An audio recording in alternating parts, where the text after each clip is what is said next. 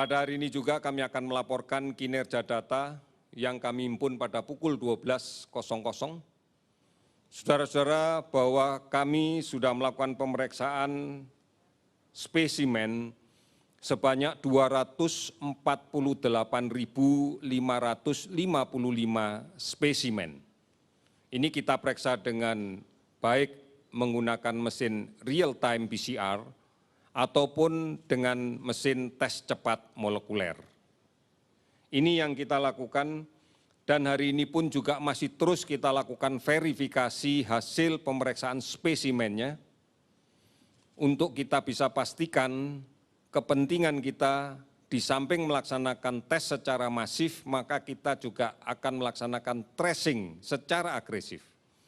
Oleh karena itu spesimen yang kita periksa seluruhnya harus kemudian kita terjemahkan menjadi kegiatan penyelidikan epidemiologi yang ditujukan untuk pelaksanaan tracing secara agresif, yang nantinya pun juga akan bermuara pada isolasi yang ketat pada kasus-kasus positif yang kita dapatkan. Saudara-saudara, hari ini konfirmasi COVID-19 positif yang kita dapatkan sebanyak 526 orang, sehingga totalnya menjadi 22.271 orang. Kasus sembuh 153 orang pada hari ini, sehingga total menjadi 5.402 orang. Sementara kasus meninggal 21 orang, sehingga totalnya menjadi 1.372 orang. Sudah 404 kabupaten kota yang terdampak di 34 provinsi. Oleh karena itu pekerjaan kita masih cukup berat, karena kami masih melakukan pemantauan di seluruh wilayah di tanah air ini pada orang-orang yang perlu kita pantau sebanyak 42.551 orang. Sementara pasien dalam pengawasan yang saat ini masih tetap kita awasi adalah 11.389 orang. Saudara-saudara, gambaran inilah yang kemudian kami sampaikan sekali lagi bahwa proses penularan masih saja terjadi. Masih ada orang tanpa gejala atau sumber penularan penyakit yang masih berada di tengah-tengah masyarakat.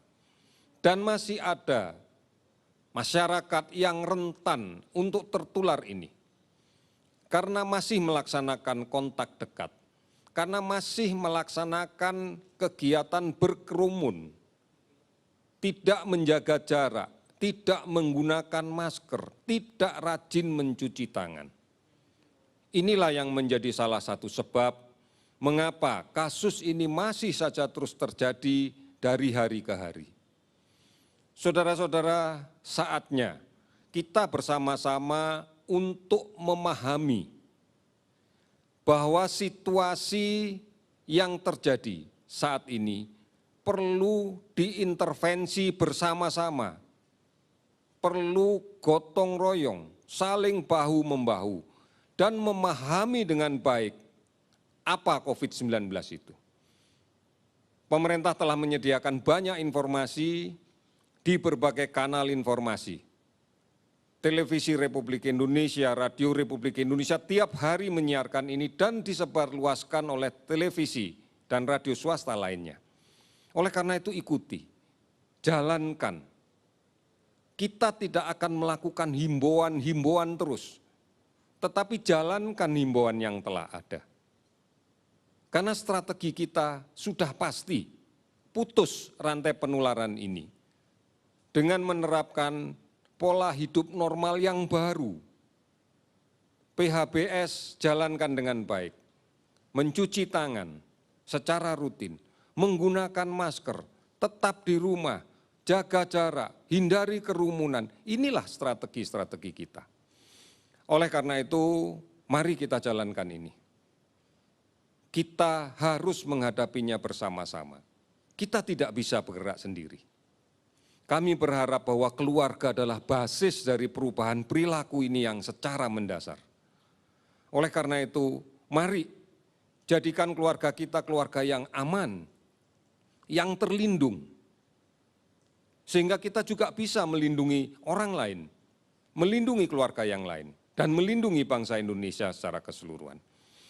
Saudara-saudara, mari kita rapatkan barisan kita untuk melawan COVID-19.